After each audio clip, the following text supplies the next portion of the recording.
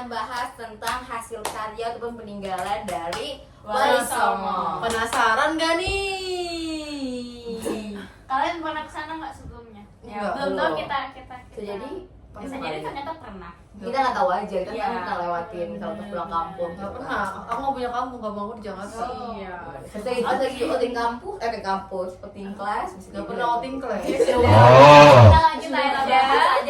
Hasil karya yang pertama Sama oleh Gresik. Sunan Gresik. Gresik. Apa aja? Jadi hasil karya atau peninggalan Sunan Gresik itu yang pertama itu adalah pendirian pesantren pertama nih guys. Sama. Itu pesantrennya. Namanya apa ya, Mbak? Parah. Ntar kita tahu. Nah, itu dia. Jadi Telat, itu telat. gambarnya ini adalah di Gresik nih guys. Dia adalah menjadi cikal bakal sistem pendidikan Islam di wilayah Jawa. Keren banget sumpah. Nah yang kedua ini adalah ditemukannya makam Sunan Gresik, bukan, di peninggalan makam Sunan Gresik. Itu menjadi pusat ziarah dan peninggalan sejarah yang penting gitu. Jadi kita bisa jadi kita ziarah ke makam Sunan Gresik nih guys, bisa Ya. kita. Insya Allah. Terus yang ketiga ini adalah penyebaran Islam melalui perdagangan dan pendidikan yang menjadi warisan utamanya gitu. Selanjutnya adalah hasil karya dari Sunan Ampel. Pertama ini didirikan oleh pesantren Ampel Denta yang merupakan pusat pendidikan Islam pertama di wilayah Jawa Timur.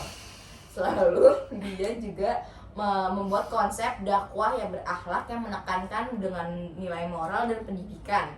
Dan terakhir, dia ini meninggalkan banyak penerus Wali Songo. Banyak murid-muridnya itu yang menjadi wali besar di kemudian hari. Jadi banyak yang muridnya Sunan Ampel itu jadi Wali Songo guys gitu kan. Selanjutnya Sunan Giri. Selanjutnya ada Sunan Giri. Nah, di karya dia yang pertama itu mendirikan pesantren Giri di Gresik. Ya, berarti kayaknya pesantren kedua deh setelah tadi. Sunan Iya, Sunan siapa? Sunan Gresik. banyak Gresik juga Gresik. deh. Nah, gitu. Ya. Nah, ini tuh menjadi pesantren ini tuh menjadi pusat pendidikan agama dan pengembangan masyarakat Islam di Timur Jawa. Nah, yang kedua, Sunan Giri itu juga membuat karya tentang lagu anak tradisional seperti Cublak-Cublak Suung dan Jamuran yang tadi disebutin nama Atika sebelumnya. Itu juga merupakan sebagian dari dakwah budaya. Lalu yang terakhir, karya beliau itu adalah peninggalan fisik seperti Masjid Jami Ainul Yakin di Sidomukti dan petilasan-petilasan seperti Kolom Wudhu, Batu Giwang, Telogo yang masih bisa dikunjungi sampai sekarang. Itu ya. Selanjutnya adalah karya peninggalan dari Sunan Bonang.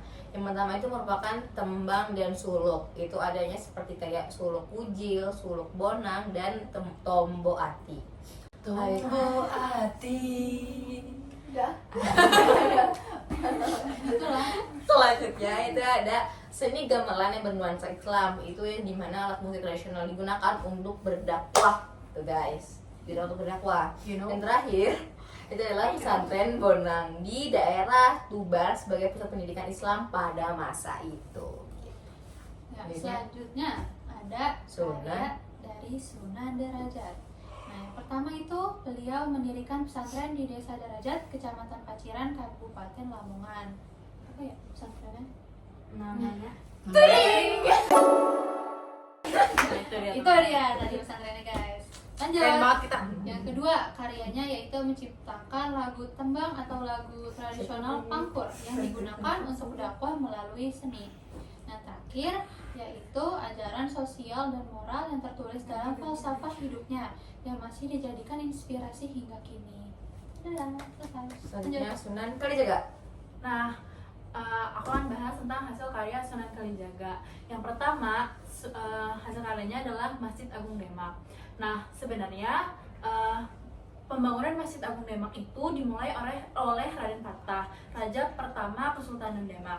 Tapi Sunan Kalijaga juga berperan dalam perancangan arsitektur dan simbol-simbol keislaman di masjid, kayak gitu. Nah, hasil karya yang kedua itu adalah wayang kulit bernuansa Islam. Beliau menciptakan wayang kulit yang disesuaikan dengan ajaran Islam. Cerita dan tokohnya diubah agar mengandung pesan moral dan nilai tauhid tanpa menghilangkan budaya Jawa. Nah, yang ketiga itu adalah tembang Jawa bernilai Islami. Sunan Kalijaga mengubah beberapa tembang Jawa seperti Lir Ilir dan Gundul-Gundul Pacul. Lagu-lagu ini tuh berisi nasihat tentang keimanan, kesederhanaan, dan semangat berbuat baik. Nah, yang terakhir adalah ajaran tentang kehidupan dan moral sosial. Beliau itu meninggalkan ajaran falsafah hidup Jawa Islami seperti pentingnya gotong royong, kejujuran, dan saling menghormati. Nilai-nilai ini masih banyak dipegang masyarakat Jawa sampai sekarang. Selanjutnya, Oke. Sunan. Selanjutnya adalah hasil karya Sunan Kudus. Jadi Sunan Kudus itu ada ternyata membuat masjid Menara Kudusnya, di mana itu digabungkan antara Islam dan Hindu. Maaf kalau Buddha, Hindu boleh. Itu informasinya. Nah, Terima kasih, selanjutnya ada keris Nyai Cintaka, terus ada senjata Trilisula, dan ada tembang Asmaradana. Jadi ternyata tembang ini adalah isi buku-buku kisah asmara orang gitu guys. Tapi kita nggak tahu benar bang, nanti kita lihat. Gimana? Nah, selanjutnya apa? Sunan Sunan Muria. Muria. Muria. Batuk. Siapa Sunan Muria? Cici. Mau bebek lagi bersih. Oke, jadi aku mau bahas karya-karya apa saja sih yang udah dihasilkan dari Sunan Muria ini. Jadi Sunan Muria ini bukan hanya seorang penyebar agama Islam, tapi juga seorang seniman dan pendidik yang luar biasa. Mulai dari bidang budaya, terus seni dan pendidikan. Salah satu karya Sunan Muria yang paling terkenal itu adalah lagu-lagu tembang Jawa bernuansa Islam seperti Sinom dan Kinanti.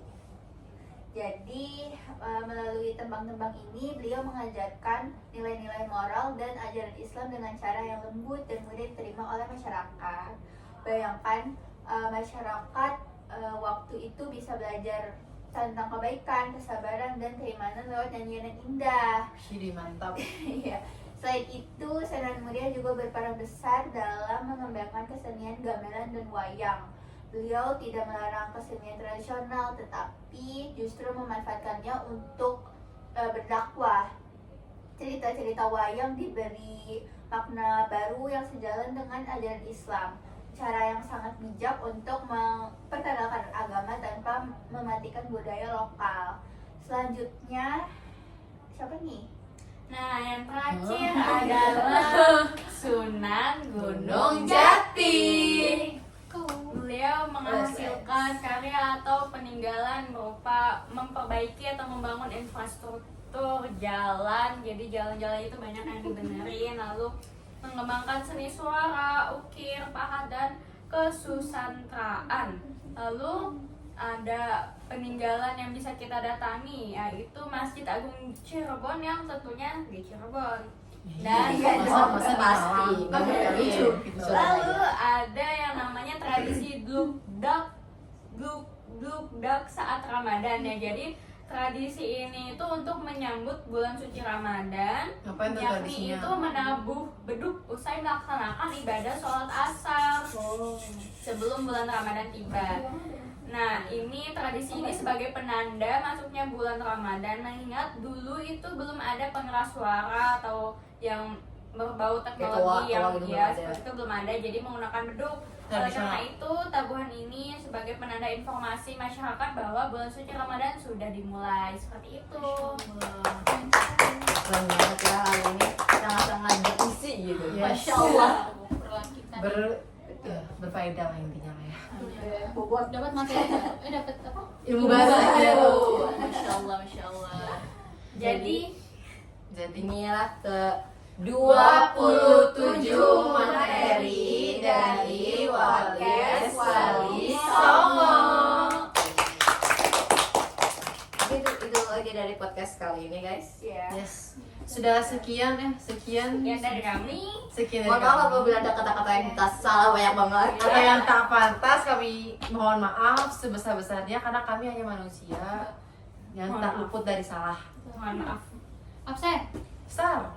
Saya kesatu Adi Ramadhani. Saya kedua, Aliza Rizka. Saya keempat Anissa Zara. Iya. Anissa Zara. Saya keenam Atika Salsabila.